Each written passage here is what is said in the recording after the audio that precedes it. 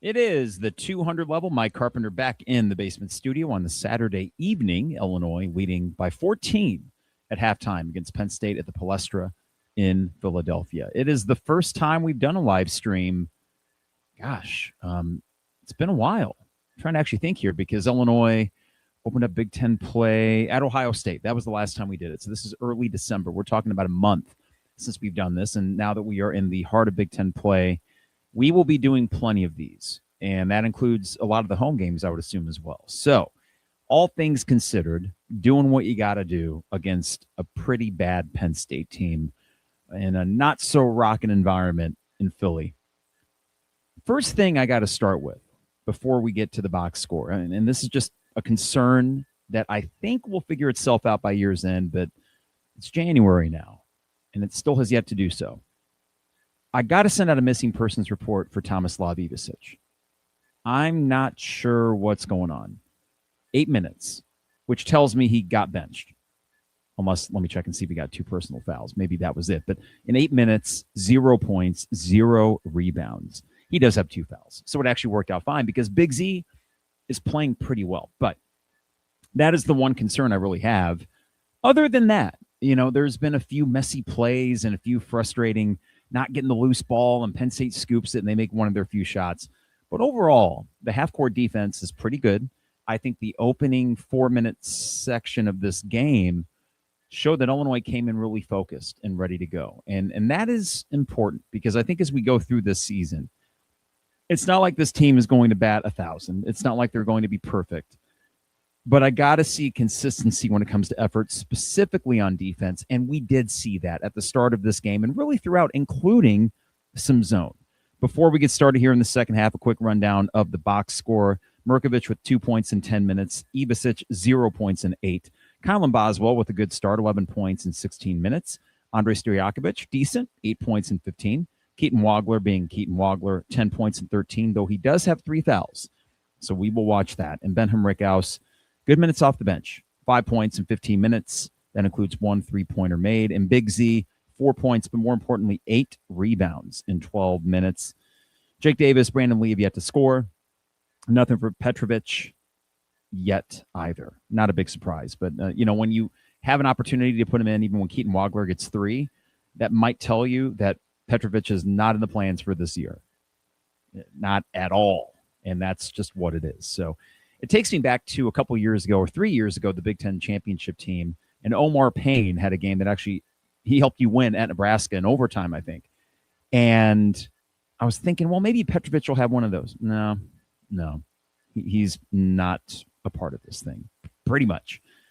That's okay, though, when you got a guy like Keaton Wagler, and if he can stay out of his 4th foul, then that will be huge in the second half. I'll let you know when we get going here in case you're timing it up on your stream. And it begins. We're underway. Penn State with the ball to start. And it is 40-26 Illinois. We'll do a little bit of play-by-play here as we get in the first minute or so. And Keaton Wagler disrupts the passing lane. Fortunately, does not pick up a foul going for it. That was my concern. The 3 for Penn State is up and no good. And Tommy gets his first board of the night. So a good start here in the second half. All right, Keaton Wagler is your point guard. I think we've seen Kylan look so much looser offensively playing off ball, opening some things up, and a quick foul on Penn State as well. Penn State, not a lot of size. They aren't very good. They're 9-4 in the year, 0-2 in the Big Ten. I don't know what their biggest quality win would be. And they don't really have people that give a crap about basketball. So they're playing this Palestra when students are gone on break and they have empty seats aplenty. All right, this is going to be a turnover perhaps. Keaton gets a foul. Wow. And here's the thing. I got to give Trevor credit for this in the chat thread. If there's going to be adversity for Keaton, why not now? Why not now in this game?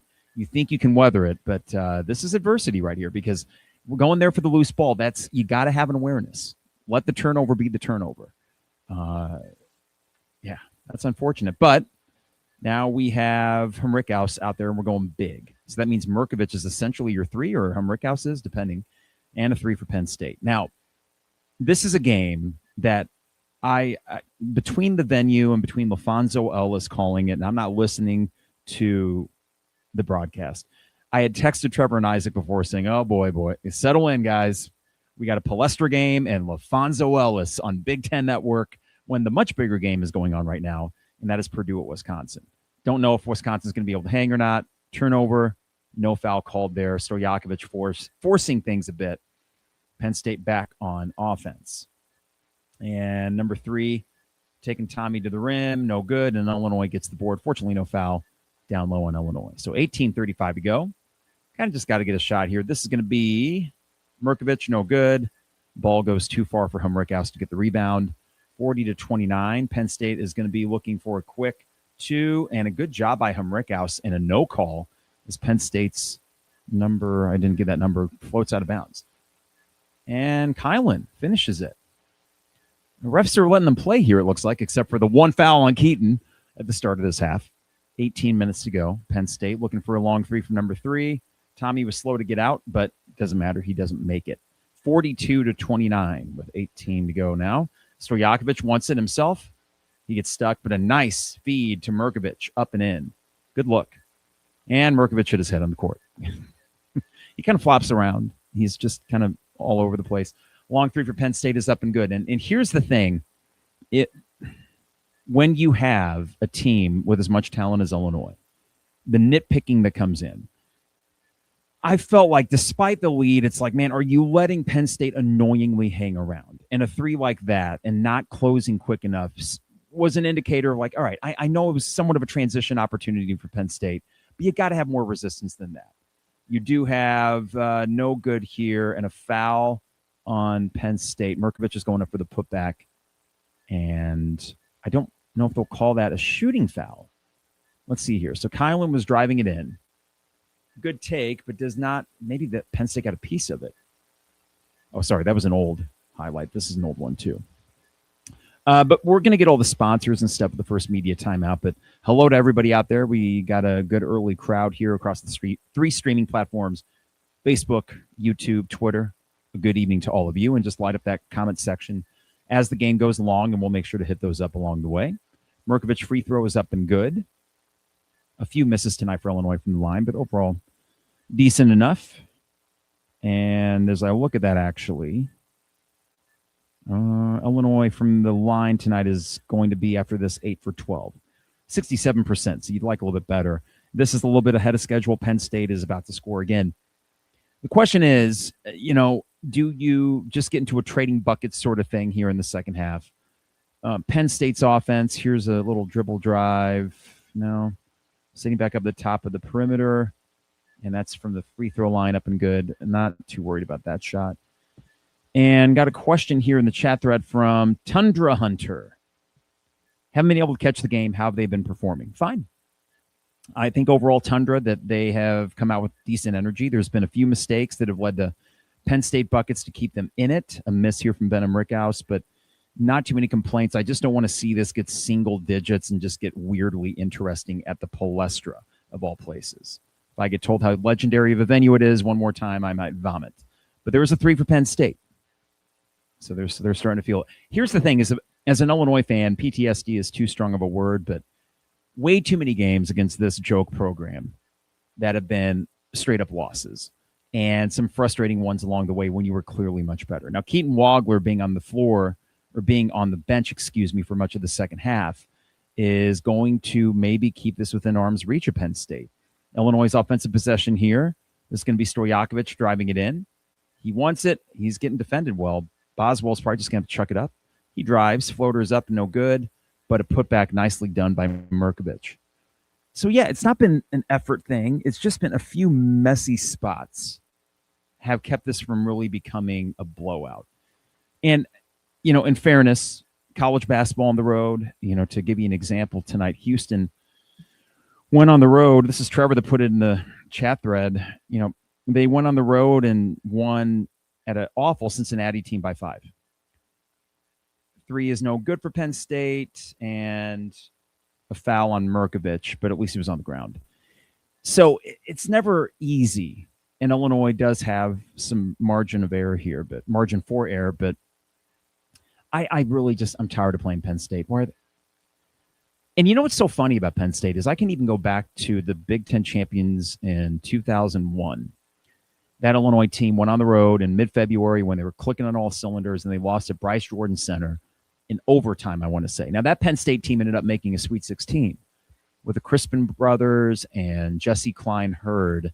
That was actually a good Penn State team. But nonetheless, when I see that jersey and I see Illinois playing against them, go back to the Richard McBride buzzer beater that wasn't in 2006.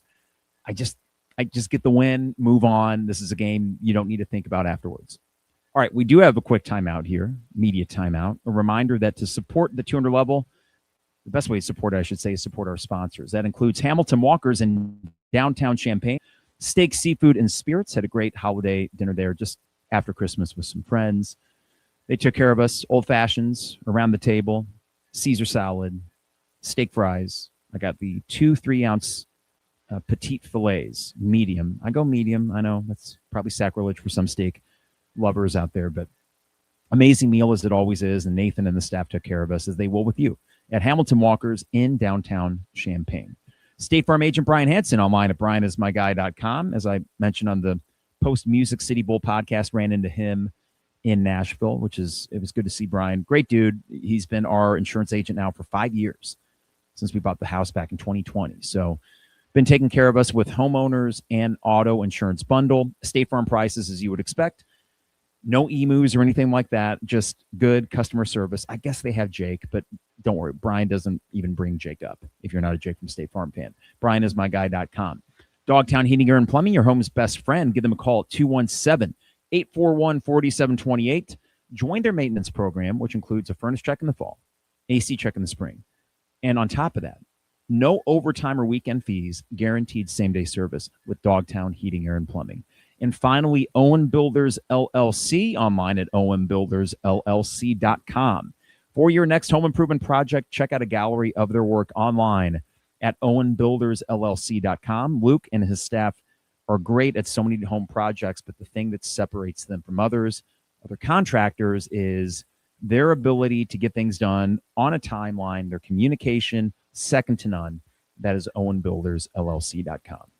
All right. Also got to thank Champagne Showers Podcast Network and appreciate all of you for tuning in. Many of you live right now. Got about 150 across the 3 platforms on Facebook, YouTube, and Twitter.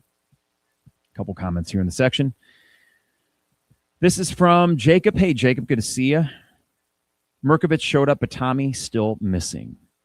Yeah, I don't understand. Tommy did get a rebound to start the second half, but I don't know if it's because he's playing a bit of a different role offensively with Keaton Wagler taking the onus of that, but we're far enough removed from the injury and being out with whatever it was. I think it was a knee thing. We're far enough removed from that. So we got to figure it out. And then from, hello there, Matt. Jake, better than Emu, better than Flo. So it's a mathematical equation here. Jake, better than Emu, better than Flo. I agree. Flo from Progressive drives me batty. The Emu I gained a new respect for in Nashville. They have a really cute little mascot down there. All right. From Tundra, hopefully we can shut them down and keep the streak of keeping opponents under 60 points alive. I would hope so, and I want to check this real quick and make sure I get it correct as far as Penn State's offense is concerned. Penn State on Ken Pom, 128. They're straight up not good. Their offense is better than their defense.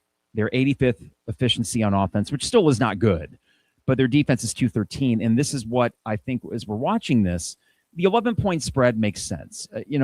Ken Pom has Illinois actually winning this by 16.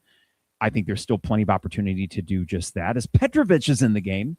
And we'll see if Illinois can't mix a few good offensive half-court possessions here and get some stops defensively. Here's Kylan Boswell looking to drive it off the backboard. I would have sworn maybe we would have got a goaltend there, but not quite. It looks like Illinois, nice little tussle here from Andrej Stojakovic. And I kind of wish we would have just called the timeout there. That's where Underwood, Stojakovic is literally just tussling and turning. Call the timeout, maintain possession. You got 3 timeouts left. Or does the player have to call the timeout? I'm pretty sure a coach can. That's like 5 seconds down there. Now, he was trying to call timeout late, so maybe it is just a player that can call it. But chat window, if you know the rules, can a coach call the timeout? Though the possession arrow was with Illinois, I guess. Okay, that was a misread there from the TV that had the possession arrow for Penn State and a foul on Penn State. It's getting sloppy out there here in the first 5 minutes of the second half. Great opportunity for a sipperoo. Mike Rhodes, I think he was at VCU before he got to Penn State. This is his third year there. Middling results. What was it? His first year that we lost to Penn State on the road, and it wasn't at the Palestra. It was at like the small field house in State College, and that's a travel on Stojakovic, who's been good tonight. I think Mirkovic has been good at what he's needed to do. I think Big Z's provided some energy, and I think Kylan has been good offensively off the ball. It is interesting to watch this team when Keaton's not on the court. And I think at the 12-minute timeout, you're going to have to consider putting Wagler back out there if this thing tightens up. And literally just say, kid, I don't know. Don't foul. And if it's a loose ball, just let it be. I mean, I know that sounds kind of counterintuitive, but I really think that's kind of what you got to do. Now, foul on Penn State on the rebound, just sloppy. But I will say that through all this, I've not been too worried about Illinois' defensive effort. There's been sloppiness, but for the most part, I think they're getting after it okay. Some of the Penn State makes are just frustrating. But, you know, you're not playing the absolute worst team in Division I. They're going to be able to get some of theirs. Petrovic just does what he does. He just flails and floats it up there, not even close to being a good layup. And then defensively, he has no idea where he's at. Unfortunately, Penn State misses it. But Benham Rickhouse can't keep the rebound, and they put it up. So right there was the annoyance that came through in my voice as we got Petrovic acting like a damn fool, and then Rickhouse not securing the rebound despite being 6'9" and 250 pounds. Illinois ball, leading by 9. And a foul on Penn State. And at this point, like, I don't want to just say doghouse for Petrovic, but he's not good right now. He's just bad Eastern European Curbelo. I mean, that's it. He does a lot of dribbling, and he goes, woo, I'm weaving all around and having a good time. I don't know what he adds. Now, here's a nice cross-court pass to Big Z. The three is no good. Jake Davis is out of bounds when he tries to save it. So it is a 9-point game. And as Jacob says, outscored 13-8 in this half. Why do I get the feeling this is not going to be a feel-good win? Barf. Penn State ball at the Palestra, 4,000 Penn State strong. They probably know more about wrestling than they do basketball. Not annoying at all, everybody. Not annoying at all. Penn State over the pick. Petrovic is, I don't understand, guys. He's just, he was really slow off that pick. And this is going to be easy take. No, Big Z does a good job recovering defensively. We got 5 on the shot clock. Penn State's just going to have to hoist it up. The long 3 is up, and it is almost in, but no good. Rebound for Big Z. Kylan trying to force the issue and pulls it back up, staying in the perimeter. Looking for a pick from Mirkovic. I think you could use Mirkovic offensively here because right now Illinois just seems a bit lost. Nice cross court to Jake Davis. Makes it. Nice, good look there from Mirk. Can we say Mirk? Does anyone else just say Mirk? All right, Penn State ball. Illinois back up 12-25 to go. So back to Jacob's stat. Penn State has outscored Illinois 13-11 in this half. This one goes off of, Kylan touched it. I thought it was a backcourt violation maybe, but Penn State ball, looking for the 3. Kylan, great job interfering there. Does not get the foul call. Here goes Mirkovic, up and in. Nice body control to finish that. That's a really good sequence right there for Illinois. Good point here from Don. I like Davis and Rickhouse trying to do their part. I think that both have their roles, and they're doing pretty darn good with it. Rickhouse not keeping that rebound. Okay, that is honestly one of the very few times this year where I could say that about him. He has been rock solid and starting to hit a few more threes, and he's a role player that I know he's getting a lot of tick, but, I mean, the way Tommy's playing, what are you going to do? This is the vexing thing as Illinois goes forward. If Tommy gets right, this team is completely capable of finishing third in the Big Ten. I think it's fair for us to say this. Michigan's going to win the Big Ten.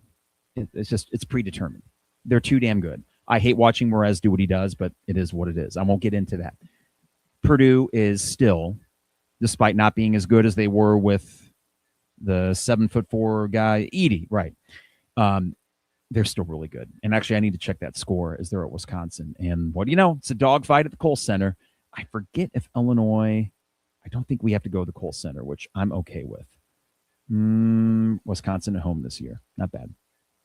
All right. I'm looking here in the chat window, and Don, Emu comment. The Emu might be our new good luck charm, at least for football. I gained a new appreciation, Don, for the Emu. If I would have been able to take a picture with the mascot, I would have done that. We did not run into Emu, unfortunately. But other than that, just still a 5-star experience in Nashville and kind of riding that high. I know there's the transfers that are going out right now, but nothing too debilitating. And you know that, what did I see today? Essentially a quarter of all college football players are in the portal. A quarter of them. I think that stat is correct. We're talking 4,000 players or something like that have already entered in. It's a madhouse. You know, Illinois has not, to my knowledge, lost anyone that big other than David Alano, which I mentioned that in the last podcast, and that stinks. But I was reading about how kickers in the NFL don't necessarily get amazing contracts. Like, they don't even make $1 million a year. Okay, so it would make sense then that he takes $500,000, $750,000 from some big school, and Illinois says, hey, in our money pot, we are going to delegate $100,000 to a kicker. We're not going to delegate more than that. And I would understand in both parties at that point. I think that when you look at how Bielema embraced Alano after the game, it's not as if the coaching staff didn't know where Alano was going to leave. They would not have been surprised that 2 days later he announces he's going to leave. They had to have known, clearly in this day and age, that bad blood doesn't really exist. It's amicable. Go make money for your family too. And it's hard to fault him as much as it's, as I mentioned in the last podcast, everything's about money. And I get that, but it's easy to say that when you aren't worrying about money. So if you are, then yes, everything is about money. That's just the way of the world. And deep thoughts with Jack Handy here in the 200 level. All right, Penn State ball trailing by 14. Illinois with a nice response, and they get their lead back to where it was. So pretty sure that we're looking at 15-15 as far as the second half scoring totals between the two teams. All right, Penn State with the ball, or 13-13, excuse me. A little 3-point opportunity is up and no good, and it goes back on a long bounce to number 5 here, and he makes it. It's just, I would love to just go on an 8-0 run, go up 20 on these scrubs, because I'm just watching this, and I know Penn State's making enough shots to hang. They just aren't good. And it's just that name, Penn State. It's just annoying. And a missed alley-oop. Penn State on the break. Number 5 is going to stop and pop along 2. It is no good, but Kylan gets the board. I remember 2 years ago, was it the Illinois team that made be there, Jake? Nope. Out of bounds, going to Penn State. It was the Illinois team that made the Elite Eight about a month later. I mean, this is late February when Illinois lost to Penn State. Coleman almost single-handedly lost you that game. He was just terrible down the stretch. And there was some player for Penn State whose name escapes me, who just came off the bench and lit us up for like 20 points. And I grin and bear it with these games. I really do. And, you know, this is what's interesting about this stretch for Illinois. It's going to be a whole lot of just get it done. And in the meantime, and I think Mike LaTulip's made some good points with Jeremy about this, develop some good habits when you're doing that. Penn State and Rutgers, these have to be 2 wins, period. At Iowa on Sunday. What time is that game? Because depending on playoff football, that is TBD. Okay. At Iowa is the tough one. At Northwestern, I'm sorry. I know it's going to be a dogfight, annoyingly so, but these are just games that you just win it and move on, and you don't think twice about it. Minnesota at home, Maryland at home. Both of those teams are bad. I know you see the Maryland name and it freaks you out. I understand that. But to me, you can afford one loss in this next 6-game stretch before Purdue, and it'd probably be at Iowa. And depending on how that loss would shake out, you can deal with it. Currently, Iowa, by the way, 17th on KenPom. So they're just good. And Ben McCollum, their coach, is just a really good young coach. All right.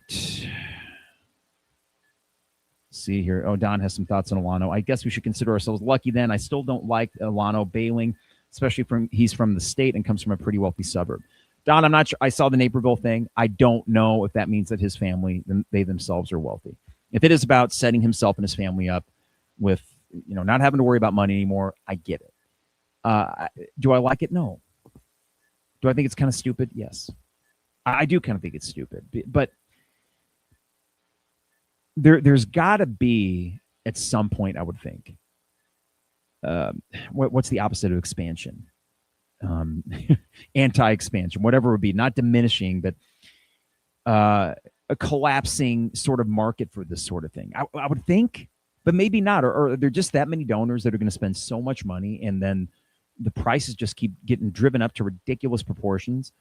I'm not some sort of idealist when it comes to college sports. I've said long ago that athletes should have gotten paid. I felt that in 2005 when I was rocking the D Brown jersey, and I knew he was getting none of that money, thinking this guy should be a millionaire right now. So I'm fully in favor of players making money and being compensated, and sometimes handsomely so, for what they do on the court, on the field. But there is an ick factor. And this goes beyond sports, but just every freaking thing is about money. And you see it in Hollywood with just these mega mergers of tens of billions of dollars. And it's just, where's this money come from? And is that really all it's about? So when I start seeing college athletics get fully immersed in money first overall, it's just sort of, it's what it is. And I'm still going to go to the games and still going to root for it. So you know what? I'm culpable in all of this too. I'm adding my money to the pot. I'm not turning the TV off, and I'm not saying, screw that, I'm not going to Memorial Stadium or the State Farm Center. But it's a lot. All right.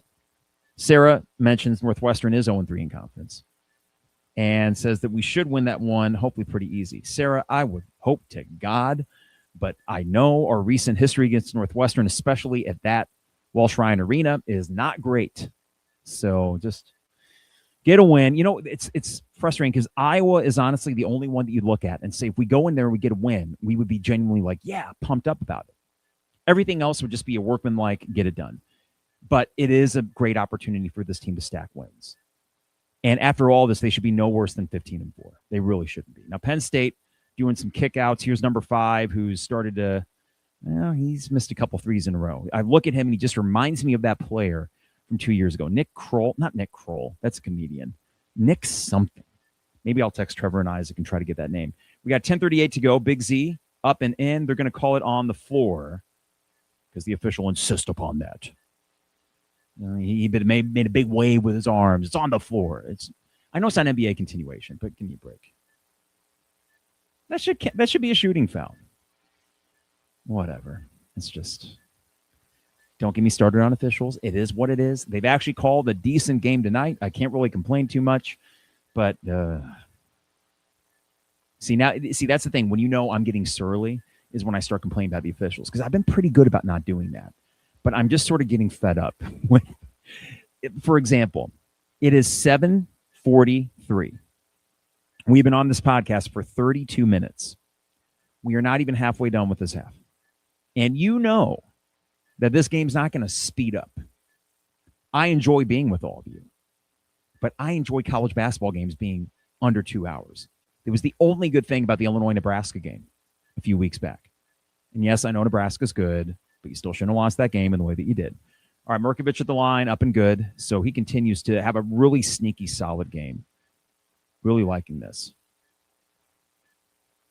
There was a little bit of a slump for Mirkovic in early December, maybe, but it does seem as if he rode that out, and he's starting to get a little bit more comfortable out there. Makes both of them. Good stuff from Mirkovic. Illinois 11 for 15 from the line. So they made quite a few in a row here.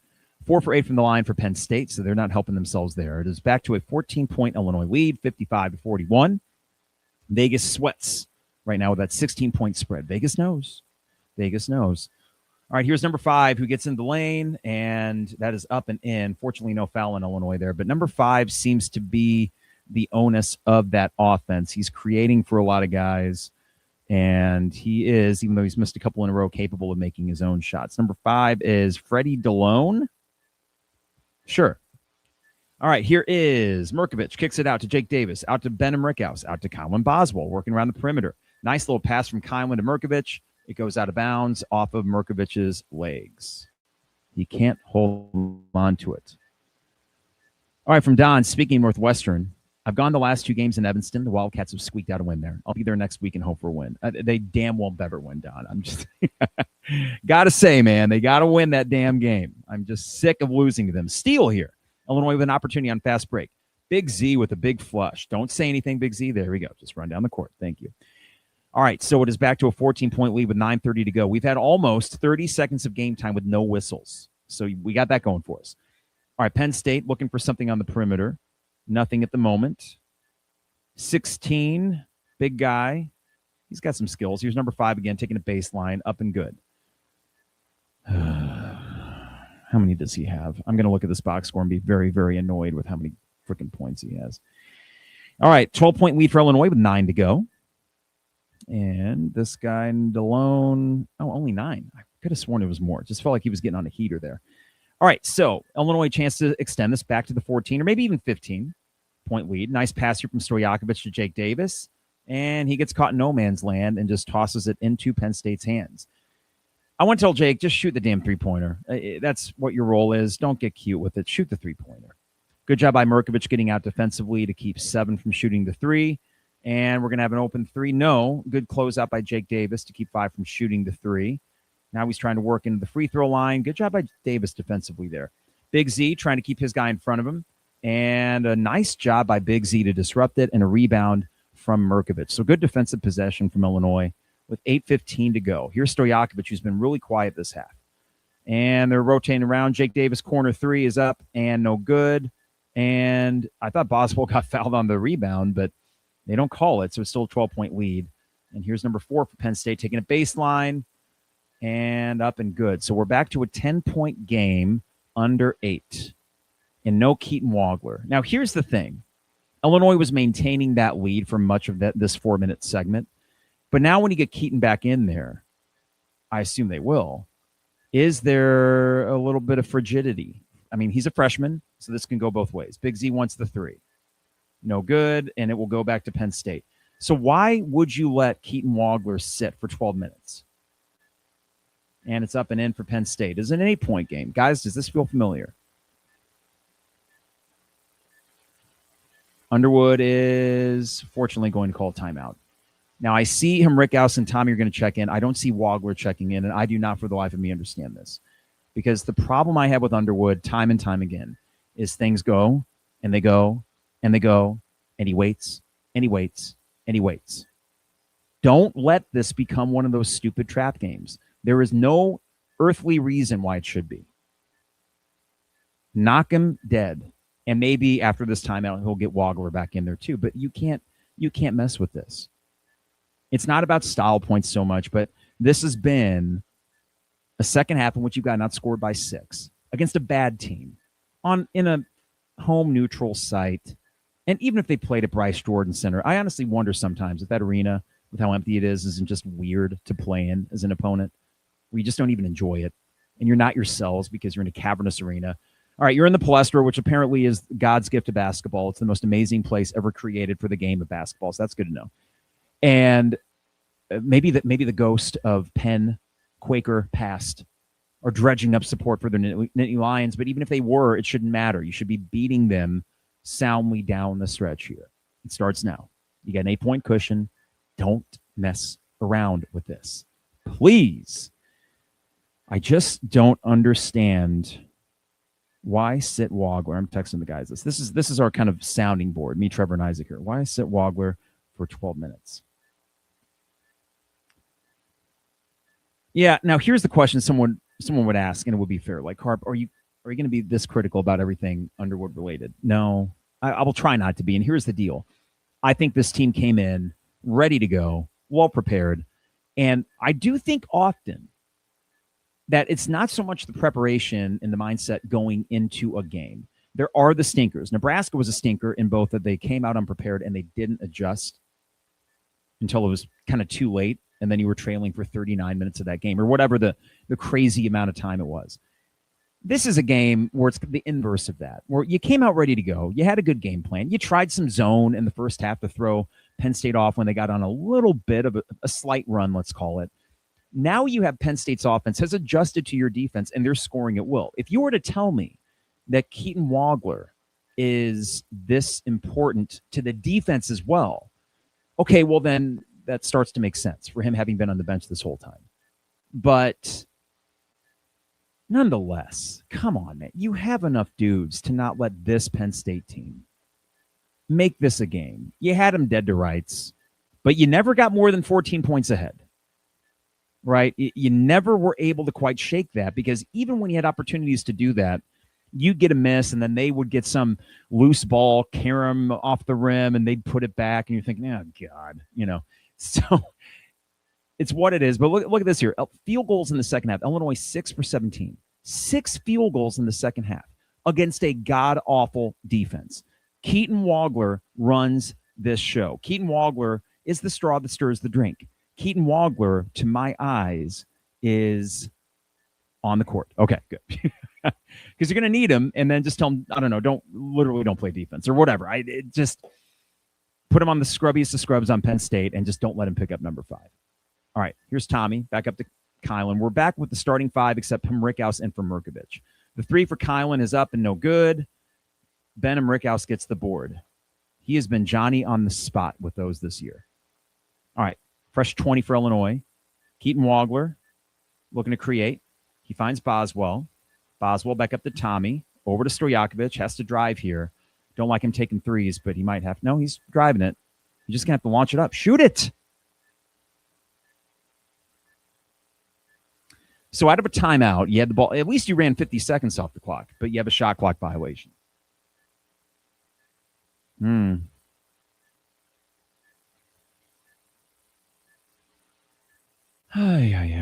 State ball, 6:38 to go. Now time to get a stop. Illinois with 7 turnovers this half against this defense.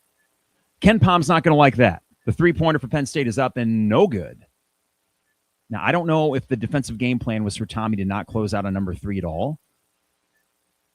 Nice finish by Stojakovic. Back to 10. A much-needed bucket. Now get a stop and get another bucket. Let's just kind of quiet this rowdy bunch of 3,500 Penn State fans at the Palestra. All right, 6 minutes to go. Penn State ball, 15 on the shot clock. Working on the perimeter here. Number 5 gets a pick left. The 3 is up, and it is no good. He's missed a few in a row. Good contest there from Stojakovic without fouling. 5:50 to go. Stretches back to 12. Kylan runs into a defender, but he wants the 3. He makes it. Cold-blooded Kylan. Good stuff. He's pretty good this year off the dribble 3. He seems to have good rhythm with that shot. Penn State on the perimeter, and they need a bucket in the worst way with 5:30 to go. Illinois getting back up to 13. Vegas is like, oh, come on, we can get to 16. The 3 is no good for Penn State, and it is back to Illinois, and we're going the other way. A foul on Penn State. They fouled Wagler. No 5th foul on Wagler, so that's good. Good to see Illinois respond there after that timeout. And after, mind you, the shot clock violation where you're thinking, oh God, don't do this. Please. I can't do this with Penn State anymore. Now, Illinois is going to go the line. Is it bonus already? Which means Wagler will get a 1-and-1 here and a chance to stretch this lead. So, as it stands, you do have Mirkovic in there for closing time instead of Mirkovic, it appears. I understand that because you feel like you got other offensive weapons and you feel more comfortable with Mirkovic, which is crazy to say after last year, defensively and rebounding than Mirkovic. Though Mirkovic can get his rebounding. So I think it's really just a nice Keaton, a basketball IQ thing. It is so weird because you guys all remember the Ben Mirkovic ride last year when he was thrust into and stayed in the starting 4 spot for basically 90% of the year, and we all knew that wasn't the fit. And he has adopted this role so well. Now, Mirkovic is coming back in here, and Wagler makes both. Huge to give Illinois, I think, their biggest lead of the night. This was an 8-point game Illinois responds with a 7-0 run. Fantastic to see. Matt asked, why are they playing the Palestra? Matt, I think it's just because students are gone, and the way that they never get tickets sold at Bryce Jordan Center anyway, so this is an easy way for a lot of their students from Philly to go see him. And it's a small venue. 3 is up and no good for Penn State. They save it. Number 4 with the 3, no good there. That was off, and Illinois gets the board. Nice job by Kylan closing that out. It's 5 minutes to go. Illinois up 15. Looking for Tommy. That was a high pass. I don't know why. I don't know what Boswell was doing. And a nice block from Stojakovic. You get it. Loose ball. Contest it, Tommy. And he does. And the guy scores. Get Tommy out of there. I'm enough. It was a high pass, fine. Still catch the damn ball. Okay, well, I'm going to contest the shot. You're 7'1" against a 6'7" guy. Contest it. Don't let him get the and one. The one thing that could keep them even mildly in this game. Bring in Big Z.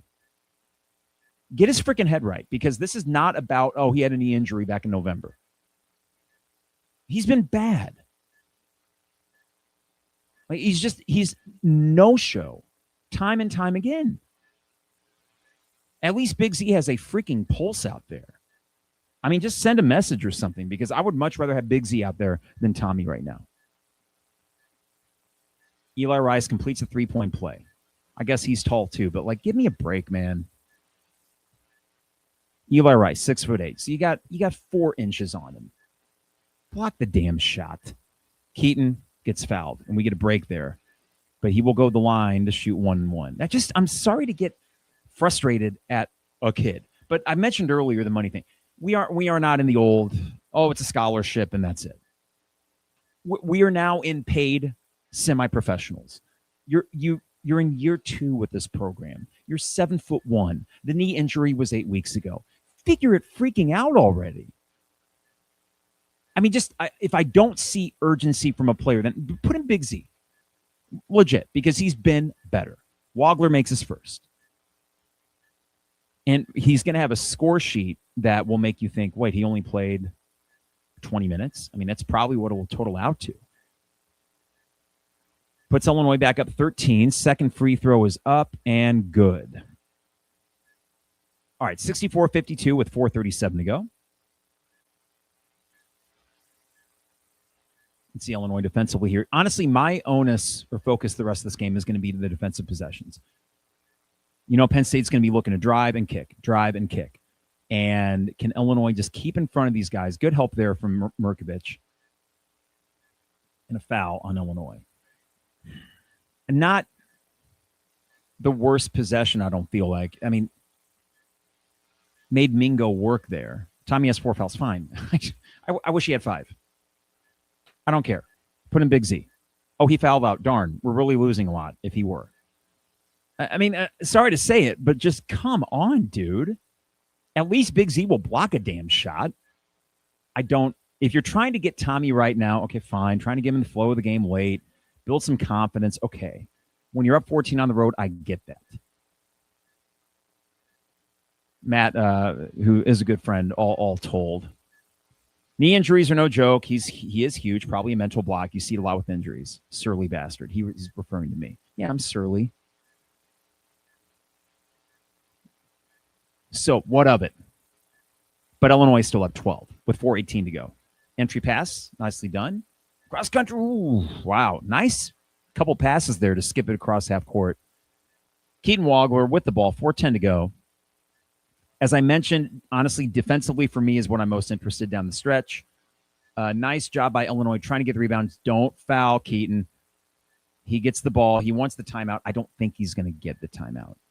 So I think after this 4-minute timeout, it will go to Penn State. Illinois up 12. For people that had the 16-point spread, you're nervous right now. The one saving grace can be if Illinois keeps this spread and then they get fouled, they can extend it. I don't feel great about covering, but they did respond well when it got down to 8. So we shall see. But what I'm going to do is hit up the sponsors real quick before we get to this last 4-minute section. Hamilton Walker's, downtown Champaign, steak, seafood, and spirits right in the heart of downtown Champaign. Had a great holiday dinner there just after Christmas. Nathan and the staff will take care of you.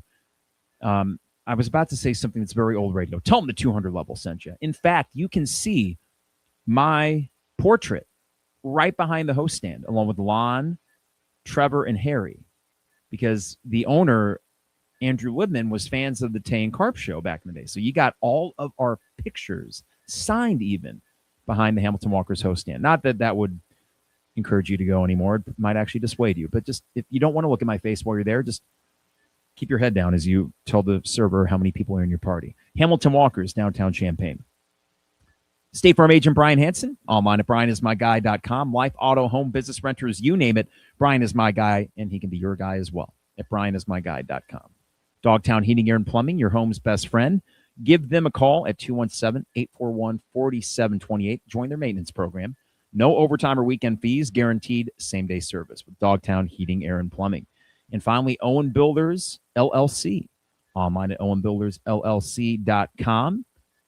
For your next home improvement project, check out a gallery of their work online and get a free quote while you're there at owenbuildersllc.com. Appreciate all of you tuning in. We got about 250 folks throughout our 3 streaming platforms. I hope you are enjoying the, what would we call it, simulcast.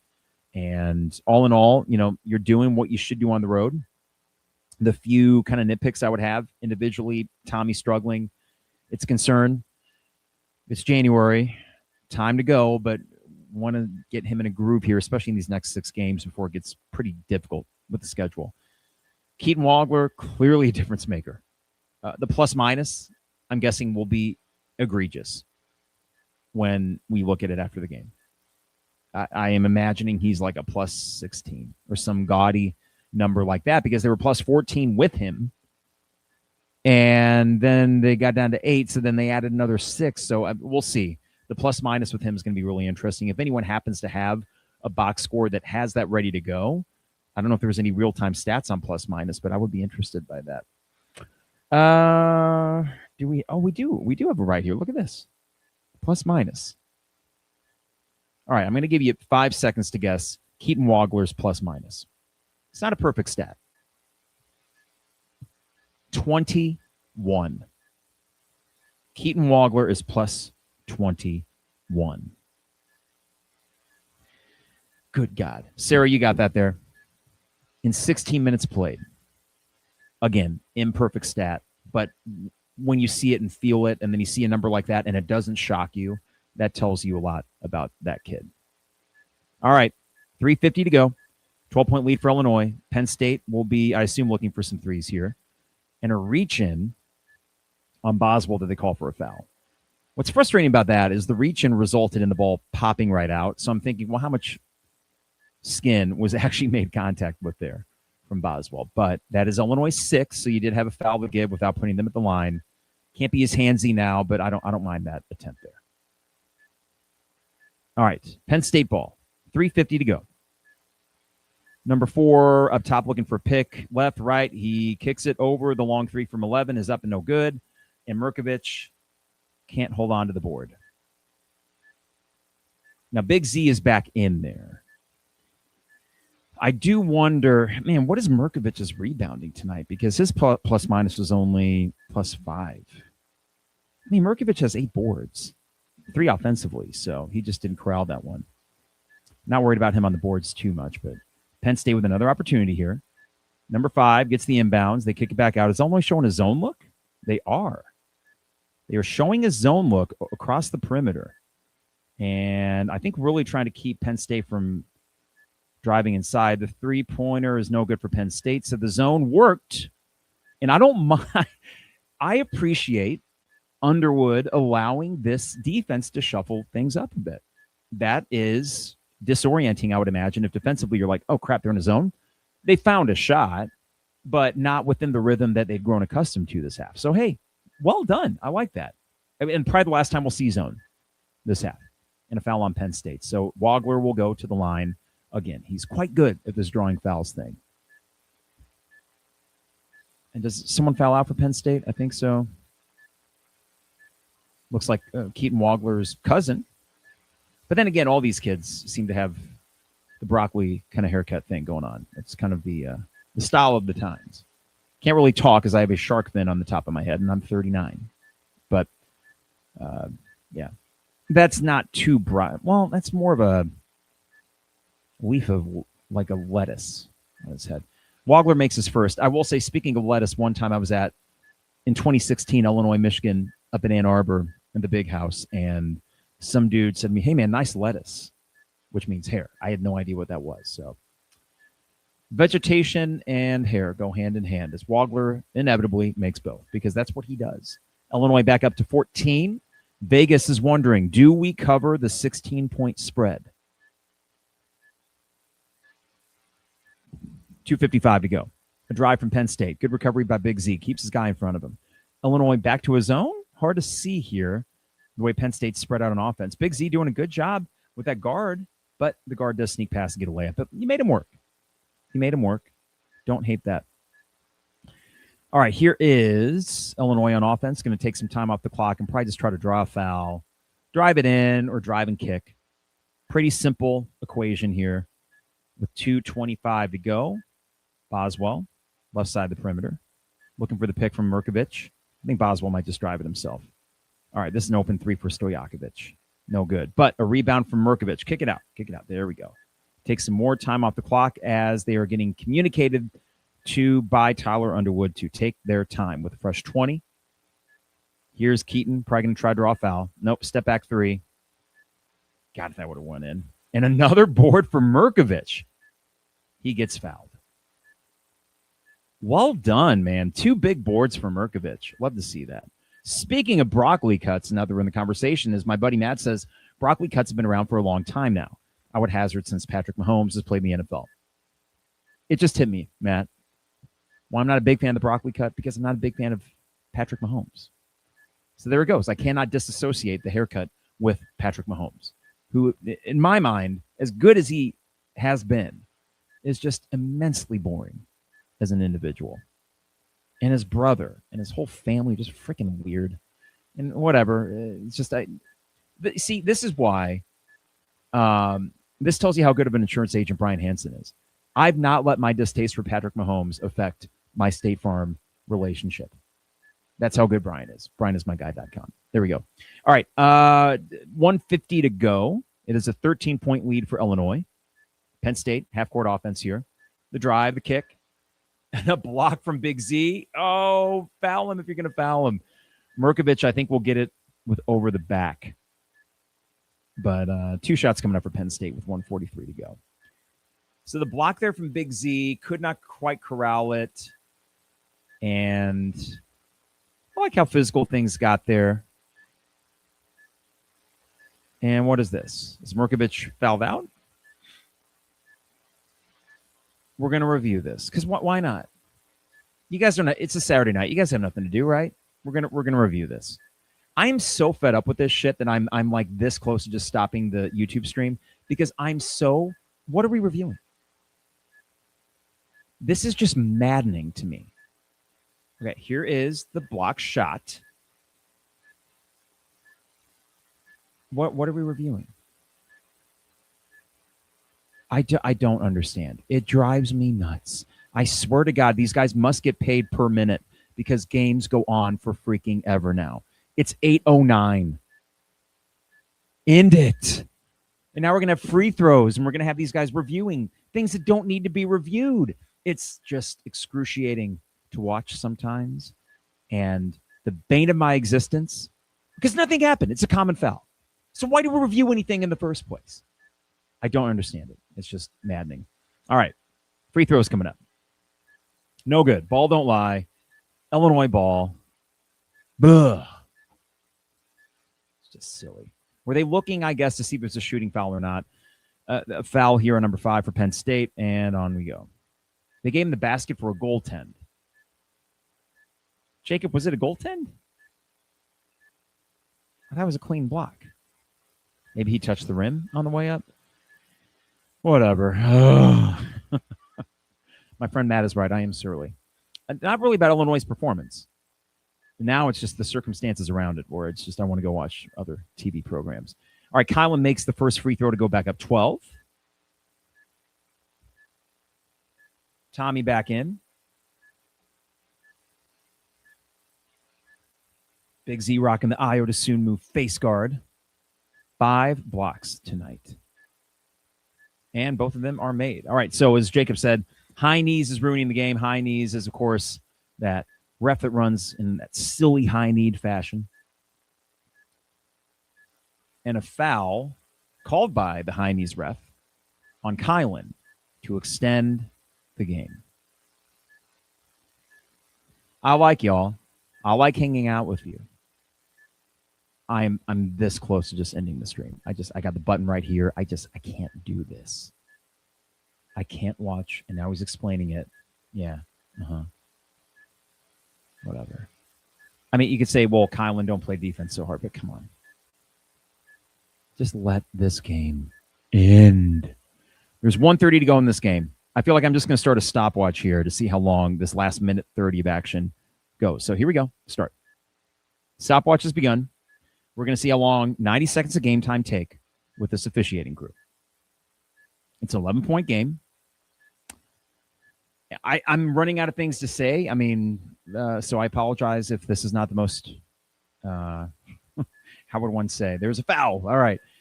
The most awesome podcasting experience, but it's just, there was a rule back in COVID. There was a league that had former college players. Mike Latulip coached a team that had Mike Dahm, who I think is from Illinois and played at either South Dakota or North Dakota State.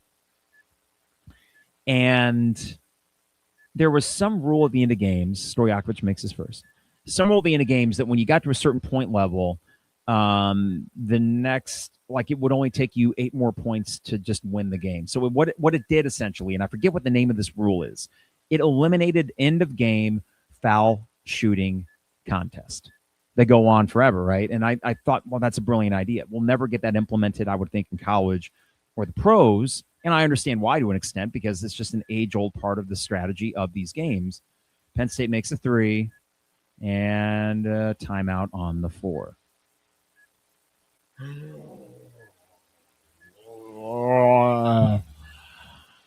So, whatever the name of that rule is, I liked it. That's all I got to say right now, because it's a 10-point game, and I'm beside myself with annoyance at this. Just end the game. We are at minute 40.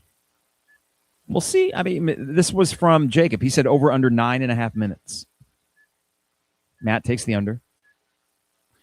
And Tundra mentions the streak of keeping opponents under 60. That is broken. And Greg says go Bears, and I agree completely.